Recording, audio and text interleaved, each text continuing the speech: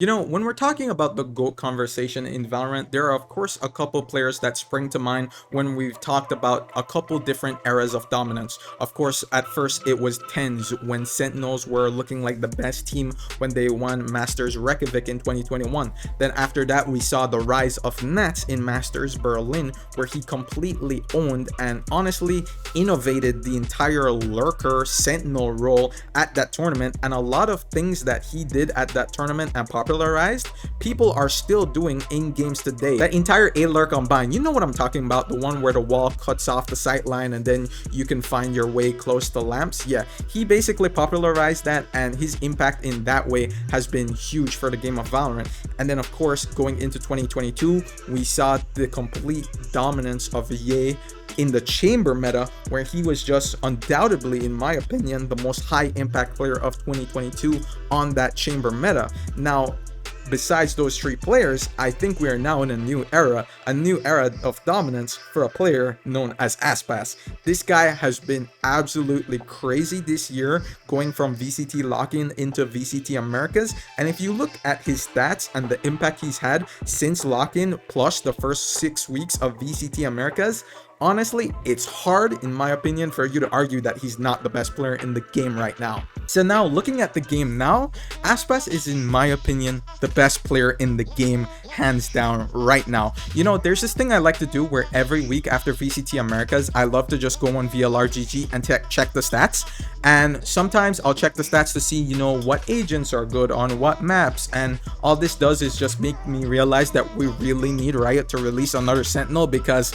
man, Killjoy is just dominant on every map. But also, I like to check the player stats to see who's leading in what categories. And after 6 weeks of VCT Americas, Aspas literally is the highest leader in 4 separate categories. And every week, I go and check. He's number 1 in these categories without fail.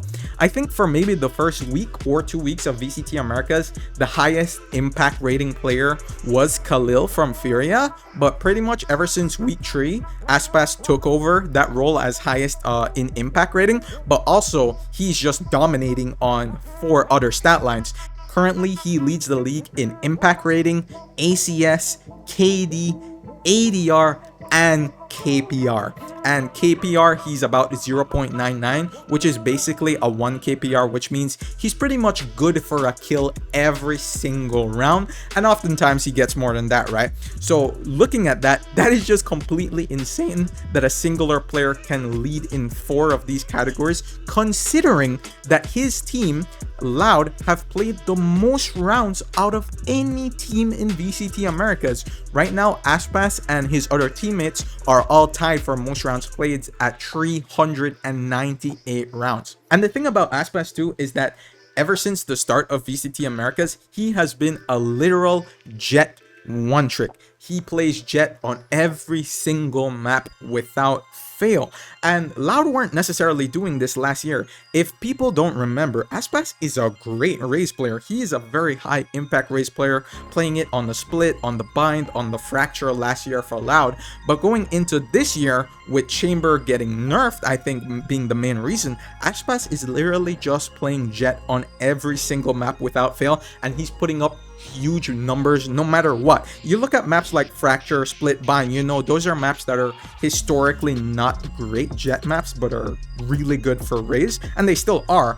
But Aspas just plays Jet and still gets higher impact than any other Raze player in the league. So it's honestly unbelievable that he can play Jet on the quote-unquote bad Jet maps, but still get even higher numbers than even the better Jet maps. And the thing is, op presence on defense is so important in the current meta, and having him play Jet where he can comfortably op on every map is a huge plus for Loud right now. Of course, you know, ever since the Chamber nerfs, nobody really plays him. Well, then who do you have to op? Of course, you're gonna have Jet do it on the Jet maps. But when other teams are running Raze or Neon, then who's gonna be your opper? Now, we've seen some teams try to op with different characters, like of course we have K-Corp infamously doing it on the Omen. We've seen a couple of teams like NRG very recently had Victor opping on the Raze on Bind. But honestly, when we see these other characters like the Raze, like the Omen try to op, the results have always been very mixed and not very consistent. But of course, Jett is the de facto best opper in the game right now ever since the chamber nerfs. So having somebody like Aspas giving you that consistent op presence on the defense is so strong, especially since Jett is essentially weaker on defense for the most part, but having him up, which gives you so much strength on the defense, basically fills the gap that the weaknesses of Jett could show on that defensive side. And you know, we had the plat check clip a couple weeks back where they're basically talking about how Aspas is getting more value on the defensive anchoring sites with Jett up than even some players are having with the chamber up on defense, which is crazy considering chamber of course is a sentinel and Jett is a duelist, right? So it feels wrong that Jett can get more value on the defensive side as a duelist opping. Dude, I honestly thought they were cooking. For a second, I watched this game last night. For a second, I was like, man, maybe they're cooking with the chamber. Because it's like, you know, they're thinking like, okay, let's just get like a better Jett on our defense. One that can give us a trip in fucking ropes or something. Or one that can give us a trip here while they op. But then you look at how Loud played Jett anchor A, because Aspas likes to Jett anchor A. And it's like somehow Jett is a better anchor at A opping than chamber. It is, dude, like, I think it was like fucking, like round like 17. You literally just see Aspas take a shot, updraft, dash back sight, drop smoke. And it's like, meanwhile, and then meanwhile you see DJ Zane do the exact same thing and Loud just punishes him because he TPs 2 fucking feet away. Like, they were not cooking. They were not cooking anymore. I don't know. Yeah. Aspas movement, man. When you watch this guy play, bro, his movement is so crazy that it feels like you really can't punish him as much as you should be able to. His dash, updraft, reposition with the smoke, mid-air, pull out the shorty if it's close range. You know, he's just crazy consistent, and when you try to punish him on that operator, it's just way harder than you think it should be. But the question is, okay, he's amazing, but is he the best we've ever seen? Well, the thing is, for me, when it comes down to the eye test, like just watching competitive Valorant for the last 3 years, for me, it's really between him and Ye. And only one of them abused the chamber meta. Alright, I'm just gonna say it. Now, some people might think that's bad of me to say that Ye abused the chamber meta and that's why his stats may have been inflated or anything. No. I'm not taking anything away from Ye. Ye was amazing last year on the chamber meta and his impact on that chamber was pretty much unmatched. Nobody was close to Ye on chamber. I don't even know who the second best chamber in the world was last year. It doesn't matter. Ye cleared him.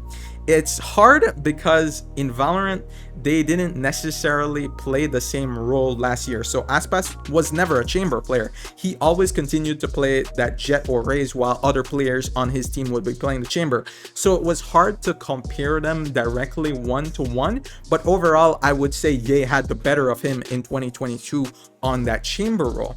But like I said, it's hard to measure these things because Valorant has more strict roles. You know, we have our entry, our sentinel, our smokes, our initiator. While in a game like CSGO, while there are roles in CSGO, it's definitely a bit more loose. But in Valorant, it's definitely more specified. So it's kind of hard to measure the value. Like, yes, Ye was getting a ton of value on chamber last year, but was it more value than what Aspas was getting on the entry for Loud? Or even like a person like Marv, who was playing for Optic, who was the best smokes player last year in my opinion. His lurks on the attack side, his anchoring on defense, how does his impact in that role compare to these other two? Because, you know, if you want to tell me the best player of 2022 is Marv, I would say probably not, but you could definitely make an argument for it. Even right now, watching Pacific League, some people are saying Mako is the best player in the world on that smoke role. And honestly, watching DRX's games, I can't really argue with them too much. His impact in that smokes role has been incredible, and so it's hard to match him against a player like Aspas or a player in the initiator role like a Leo from Fnatic, for example.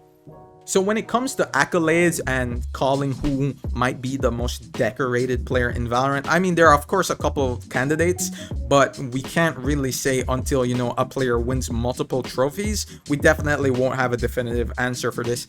And the thing is, in the current VCT circuit, this is pretty hard because we have so few tournaments throughout the year. You know, last year we had, what, 4 major tournaments in the circuit. Yeah, we had 3 Masters and then Champs. This year, we're gonna have 1 Masters, we had Lock-In, and then Champs. So only 3 tournaments this year. So there aren't just a lot of opportunities for players to be winning multiple trophies inside of Valorant.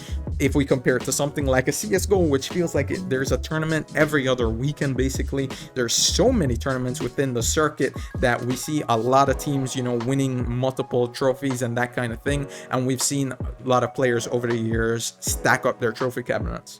So yeah, who's the best player in the game? For my money, it's Aspas, but man, a certain Finnish player playing on Fnatic would definitely have something to say about that. But these are just my opinions, guys. What are your opinions? Who's the best player in the game, and who is the GOAT of Valorant? Is it Aspas, Durkee, Tens, Nats? Is it Ye? Well, honestly, looking at Ye, he hasn't been doing too hot recently, playing for DSG in Tier 2 Valorant. And actually, I even made a recent video discussing how Cloud9 might be better off without Ye, even though at the time releasing him was very controversial. If you're interested in that, I made an entire video linked in the top left of your screen. Be sure to go and check it out.